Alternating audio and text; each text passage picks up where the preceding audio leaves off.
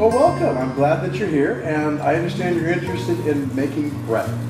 Great idea. And here's some of the main reasons why I think it's important for people to learn how to make bread. Some of the reasons that I got into bread baking in the first place was I couldn't find the flour and the whole grains that I needed to improve my health. So I searched and I searched and I found the flour that we use, and it's just amazing. And about 10 years ago when I started doing this, I found how much fun it was to make bread and to discover different recipes, different ways of doing it. We sell the same tools that we use here, not $5,000 mixers, not a $2,000 mixer. How about a $14 Dutch whisk? All we use here. You hold it like this and you turn it around, and that's all you need. You don't need a mixer. You don't need to knead it for that matter. So this is one very important tool.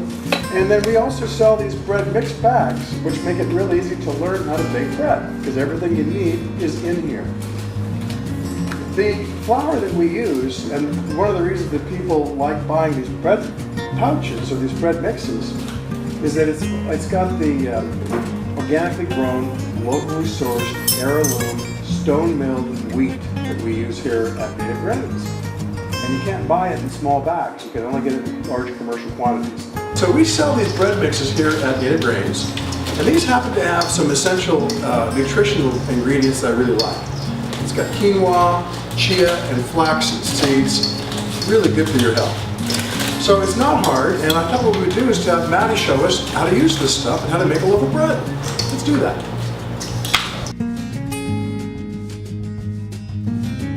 So Maddie, I'd like to have you show us how to do these things. Here's our bread bag mix. Here's our Dutch whisk. What do we do?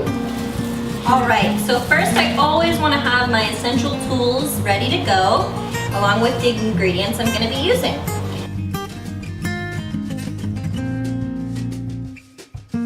So you got 2 1/8 cup of water. Correct. What temperature is it? It's sink water hot. Hot sink water. Hot sink. Okay. Hot tap water. Yes. Okay. And you've got olive oil, and you've got honey. You have a whisk, Dry whisk. a dry whisk. You A got Dutch your whisk. Dutch whisk and your And measuring cups and this lovely big bowl. Correct. Okay, everything's all laid out, ready to go. I'm going to use this handy bread bag that you can find here at Native Grains with the easy open. Inside this bag we have a package of yeast. There's 1 teaspoon of yeast in this little Ziploc. And that's going to go right into our nice hot water first. Okay. Because we're going to bloom our yeast. We're going to activate it, make it become alive. So there's my yeast, and to feed my yeast, I'm going to add honey and olive oil. So what we're doing is we're gonna give the yeast something to eat. Is that the idea? Correct. So it can be activated. I like to do just personally like to do the olive oil first, because then the honey slips right off into the container. That makes sense. So as this is activating and becoming alive to make our dough rise, I'm going to take my other ingredients, which is whole grain flour, chia seeds, quinoa, flax seeds, and salt. All organic. Very nice. And feed in there. How long does it take that yeast to bloom, do you think? About 3 minutes. Okay. Yeah, 3 to 5 minutes. I'm going to take my dry whisk and I'm going to whisk it all together so all the ingredients are evenly distributed throughout the dough. It's hard to do that after it's wet, huh? Yes, it is. That's why we have 2 kinds of whisks, the dry and the wet. Got it. So let's just take a look at what this looks like as it's all mixed up. You can see everything's all nice and mixed up, and there's a uniform distribution of the chia, the salt is evenly distributed, the quinoa, the flaxseed. So it's a real nice, even distribution. Look at that Now yeast. The yeast is waking up, isn't it? Yeast is waking Should we up. show let's show them what it looks like. It starts to get bubbly and foamy. Now I'm going to take my warm water, yeast, and olive oil mix and go ahead and pour it in. Make sure your honey is all mixed in there because it settles at the bottom. You can mix it in with a spoon. I just like to swish it around like that. 1 little spoon of water. Yeah. And there we go. Now we use our Dutch whisk. I'm just going to do nice circular motions, getting all my flour in with my water. And gonna rotate my bowl along with my whisk. I like to hold my Dutch whisk like this. And I like to scrape it off the sides. Make sure it's all incorporated. This thing is great. It really makes it so easy. And then you can rub it, your dough up against the sides, and it'll capture all that nice flour, so we don't waste any ingredients. And then you tell me when you think it's done. It's almost there. Okay. Wow. That's about it. All right, so let's take a look what it looks like at this point. All right, cool. Now that our dough is done, All we're right. gonna get this container here, lightly spray it with some water. Is it true that these grains are thirsty and they take a little bit more hydration than a normal recipe? They do, yeah. These grains, being that they're whole grains, absorb a lot more water than something that's processed. So yeah, like I said, it maintains the hydration level and moisture. Okay. It also helps it prevent sticking. So I'm gonna go ahead and use my Dutch whisk to help my dough just kind of flop right in there. Now, if they don't happen to have a another container like that, can they just leave it in the same bowl and cover it? They can, actually, they can. I would suggest spraying down the sides of the bowl, especially where the dry flour is, because your dough will stick to that. So if you want to leave it in the same bowl, that's totally fine. Just spray down the sides, and I would cover it with a warm, moist towel. But with this, I'm just gonna cover it with a lid. Let's take a look. So this right now is at the 1 quart level, right? Correct. Okay. We want it to double in size. Right. Correct. Okay, cool. So now we set it aside and wait for it to rise. All right, cool.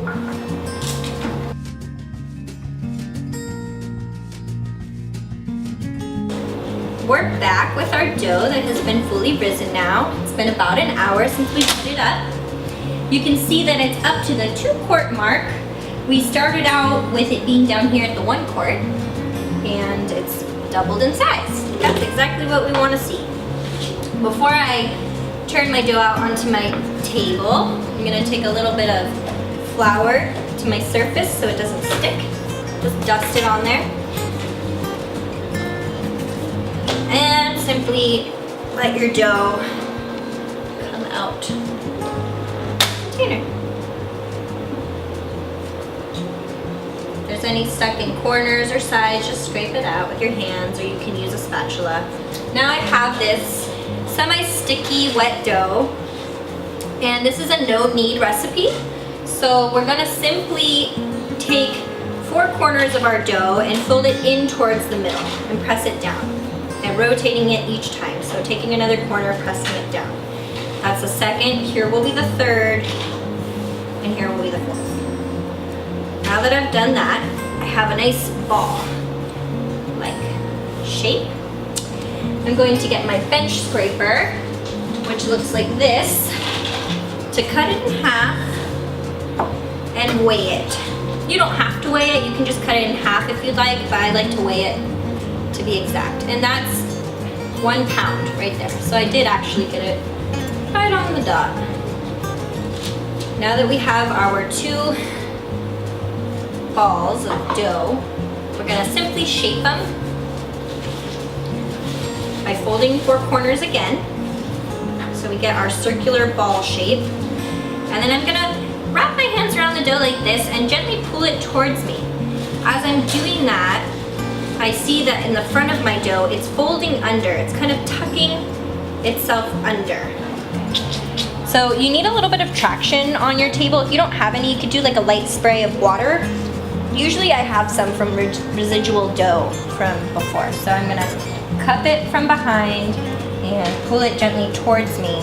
And it sort of tightens and folds under. I'm gonna rotate that and just do it 3 or 4 times until I'm satisfied with my even, smooth ball. To know you're done, you can poke it, and if it springs back, it doesn't leave a dent, it springs right back at you like that, then you know your dough is ready for its second rise, which will be 20 minutes resting on the pan that it will be baked on.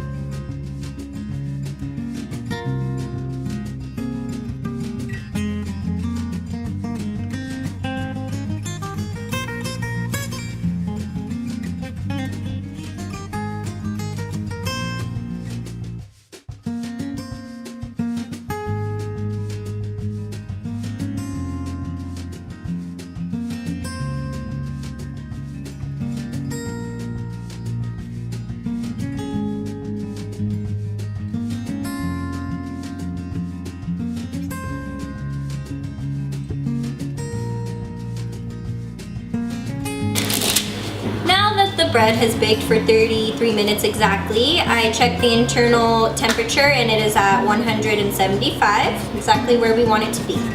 We should now remove our loaves from the tray so that they don't sweat, because sometimes they will sweat, leaving the bottom of your loaf soggy.